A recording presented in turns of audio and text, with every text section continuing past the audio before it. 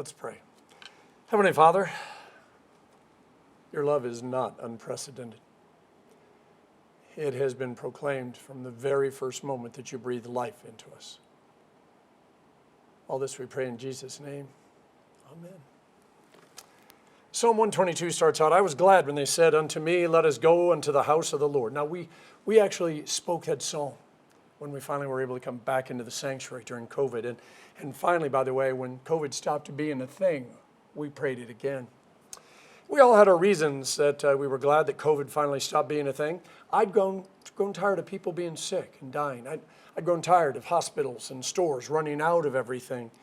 I got tired of the doom and the gloom news. But I was really tired of that word unprecedented. During those years, the powers that be wanted all of us to believe that everything was unprecedented.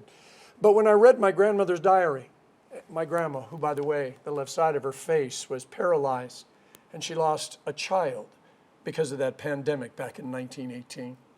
When I talked to the people who lived in Japan and Germany during World War II, during the fire bombings, when I talked to those who went through the Great Depression, turns out there actually were precedents to all of our unprecedentedness. The news and government kept us afraid by making it sound like no one had any clue what we were going through or how to handle it. Those who have gone before us have lived through pandemics and social upheavals and loss and grief and death and war. We're not alone in our struggles, nor are we without resources to guide us through whatever we're going through. We just need to read more and ask questions. The purpose of the Bible is to share stories of people who are just like us. Yeah, these are the people we call saints. If we're smart, we learn from them so we don't go through the pain and suffering that they went through in order to become a saint. I often tell people, I'm not smart, but I am experienced, and you probably don't want to know how I got that experience, or maybe you do. The historical traditional church has a very narrow market.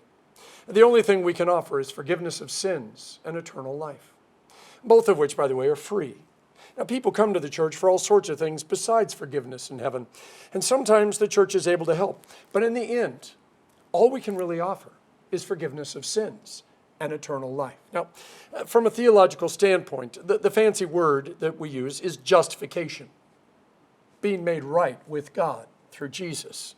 Now, the sanctification part is learning to live as someone that's been set apart by God. This is the next verse after Ephesians 2, 8, and 9. It's verse 10. And that's the job of the Holy Spirit after we're justified. Now, that gets a little more complicated. St. Paul's words to the church in Rome in our lesson today are meant as a blessing, but only for those who know that they're sinners and believe in heaven. See, if you don't believe you're a sinner and you don't believe in heaven, then to be honest, the only thing that the church can offer you is a free cup of coffee and maybe some air conditioning on a hot summer day. I was in a discussion a while back with someone who was a not believer. He made it very clear that I could not prove that there was a God, and I agreed with him. I can't prove it. I then asked where he was born. He answered, North Dakota. I said, that's impossible. North Dakota doesn't exist. He looked at me like I was crazy. Yes, it does. I responded, no, it doesn't. I've never been there. Therefore, it does not exist. He started to pull out a map on his phone to show me his hometown, which is Garrison. It happens to be the walleye capital of the world. Then he realized what I was doing. You see, nothing he said, no pictures or map would prove to me that North Dakota exists. Only if he took me there would I believe. Until then, I'm either going to have to trust him or remain in complete denial. Now, unlike Corey Wells, lead singer of Three Dog Night, I have been to Spain. But like him, I have not been to heaven. So why do I believe that heaven exists? Ecclesiastes says that God put heaven in my heart, a yearning for something beyond this life and this world. But there's actually something more. My hope in heaven is not unprecedented, because if it was, I could still hope, but my hope might not end so well. This is where faith comes in. Faith is not hope. You see, hope is fingers crossed, lucky rabbit's feet, wishing on a falling star. Faith is having just enough evidence that whatever you're hoping for is actually possible. So where does that evidence come from? Well, if you have ever wanted a child but haven't been able to have one, Hannah and Sarai know exactly what you're going through. If you've ever lost a child, Rachel knows your pain. If you've ever done something that you aren't sure can be forgiven, Kings David and Solomon and St. Paul would like to take you out to coffee, have a chat with you. If you were ever outside the church looking in, wondering if they would accept you, Ruth and Rahab have really good news that they'd like to share. See, the evidence we need is found in the tears and prayers and struggles and sins of our ancestors. Sarah's laughter, Hannah's outrageous prayer, Mary's labor, David's psalms, Peter's boast, Thomas's doubts. For us to have something more than hope, it cannot be unprecedented. Someone has to have gone through this before me so that I can follow in their footsteps. Jesus didn't just say, God loves you. Now, learn to love one another and then go back to heaven.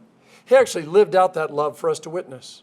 See, the Bible shows how he changed lives, restored hope, gave faith, healed, forgave, and loved in ways that not only inspire us, but also scare us. Why do we get scared? I lost count of the number of times that an expert showed me how to do something. And when they were there, it looked so easy. But then when I tried it on my own, I failed epically. We celebrated Jesus going back to heaven on Ascension Day. The last thing he said was, and lo, I'm with you always, even to the ends of the age. He wasn't delusional when he said that. You know, God is not bound by time and space like we are. When he said, wherever 2 or 3 are gathered in my name, there I am in the midst of him. It wasn't like when we tell somebody, I'm praying for you, and then we walk off and completely forget about praying for them. We may mean well, but to be honest, a prayer needs more than words. It needs a shoulder to cry on, a hand to hold, a voice on the other end of the phone. And you see, this is why when Jesus says, wherever 2 or 3 are gathered in my name, I'm with you to the end of the age. You see, Jesus still lives among us, present and future tense. He's not just a favorite story we tell over and over again because it makes us feel good. He continues to live and breathe both in us and through us. When we are preschool age, we tell people, there's a teeny tiny little Jesus that lives in my heart. And we are so proud. And why do we say that? Well, because our Sunday school teachers and our parents tell us that. Jesus is inside of you. He's in your heart. It's so easy when we're children to believe that, and we love it. As we grow older, the thought of Jesus living in our heart changes. Sometimes there's things we do, sins we commit, and we know that Jesus would never do such a thing as we did. And so, obviously, Jesus isn't inside us anymore. That's why we were able to do what we did, and now we feel terrible. Or we feel empty. There's a Jesus-shaped hole in our heart, and we think that maybe we made him mad, or maybe we didn't do enough, or maybe he has more important things to do, more important people to be with. Maybe we evicted him. We were angry, afraid that he would make us stop doing the things that we really like to do, but we know we shouldn't do. See, the gospel, if we take it seriously, brings concepts that are not easy to sort.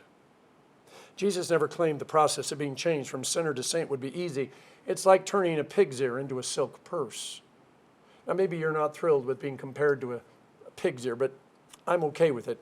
It's kind of who I am. Pigs are unclean, they're noisy, they eat things that they shouldn't, but they do make good bacon, which in my mind is much better than a silk purse. I'm probably not alone in this whole is there really forgiveness for sins and a heaven to go to when I die thing.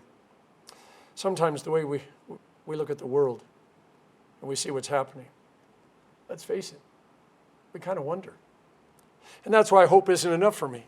See, too many times I have put my hope in something. I mean really, really hoped. I mean like every part of me hoped, only to be disappointed.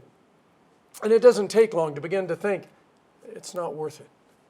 It's not worth it to get my hopes up. The risk is too great. It's easier just to give up. A few weeks ago, the gospel lesson was the Emmaus disciples. You know, these are the 2 guys who didn't bother to stick around after Mary told them that she had seen Jesus, that he wasn't dead anymore. They took off for Emmaus, and nobody knows why. It was just them and their escape. They ran into someone on the journey, and he asked them what they were talking about, and they answered, we'd hoped Jesus was the one, but he's dead. I mean, did you hear those words? We had hoped. For those two disciples, it wasn't just Jesus who died that Friday. They died too. All their dreams and hopes were gone. Crucified, dead and buried, just like Jesus. How many times have you used the words, I had hoped? I'd hoped they were the ones who could love me. I'd hoped this would be the right job. This would be a great place to live. Somewhere where I wasn't afraid. Somewhere I'd be accepted. Somewhere where I wouldn't have to run away again. That they would forget. I'm going to let you fill in the blank. I had hoped. Keeping with the Holy Week theme, hope is when we start out with an amazing parade with palm branches, donkeys, shouts of joy on Palm Sunday. But we wind up in the darkness next to a bloody dying man on a cross on Friday. And then all the lights go out and we watch him buried and we just sit there. See, to be honest, most of our life is lived on Holy Saturday. That's the day between Good Friday and Easter Sunday. We either say, we had hoped and we take off for Emmaus, or we let faith take us back to the tomb to see for ourselves. Paul connects hope to suffering, and there's a reason. Believers are not called to blind optimism that ignores pain and questions and doubts and failure and loss. We don't subscribe to the sound of music theology. Whenever God, closes a door, he opens a window. Sometimes God closes the door and closes the window. But there's always a reason. We may not just understand it. If hope isn't very reliable as a starting point, or hope isn't something that's always going to get us where we want to get, as in the I think I can, I think I am, little engine that could children's book, maybe then hope has a different purpose. Could it be that hope is what we have when everything else has been taken away? Or everything and everyone else has failed us, including us. In that darkness, standing next to the bloody, dying man on the cross, we see our suffering, our sins, our failures, our dreams. But we see them differently. Authentic hope always surprises us because even though we hoped, we actually didn't think it was possible. But we remember a story, a life. There's someone who went through what we went through, and we realize we're not alone. What we're going through is not unprecedented. Somebody actually went through it before, and they got through it. Because we have faith, hope pushed us to be and do more than we ever thought possible, because the tears and fears and sins and pains and doubts and prayers of those who went before us reminded us of who we are and who our hope is really in. You see, as long as our hope is in us or the people around us or our government or our church leaders, we are going to be disappointed. Such hope is naive optimism because we're expecting them to be something that they can't be no matter how hard they try. History's proven that over and over again. Faith teaches us that God reaches into the graves that we dig for ourselves and loves us back to life over and over again. Just like he reached into that tomb on Good Friday and loved his son back to life. You see, God made a promise, and he kept it. Our faith is not unprecedented. It rose on Easter morning, and death and Satan no longer have any power over it. I have faith that you're my friends. It's possible that you have ulterior motives. It's possible that you want something else besides forgiveness of sins and eternal life. But there's something about when we talk to each other, or when we sit in silence, that makes me willing to put my life in your hands. That's why I call you my friends. I can't prove our friendship. See, when I experience it, no proof is necessary. But if I don't experience it, no proof will do. See, if I try to put our friendship to the test itself would be my answer. So it is with the grace and the goodness and the love of God. It's not unprecedented. It never has been. In the name of the Father, and of the Son, and of the Holy Spirit. Amen.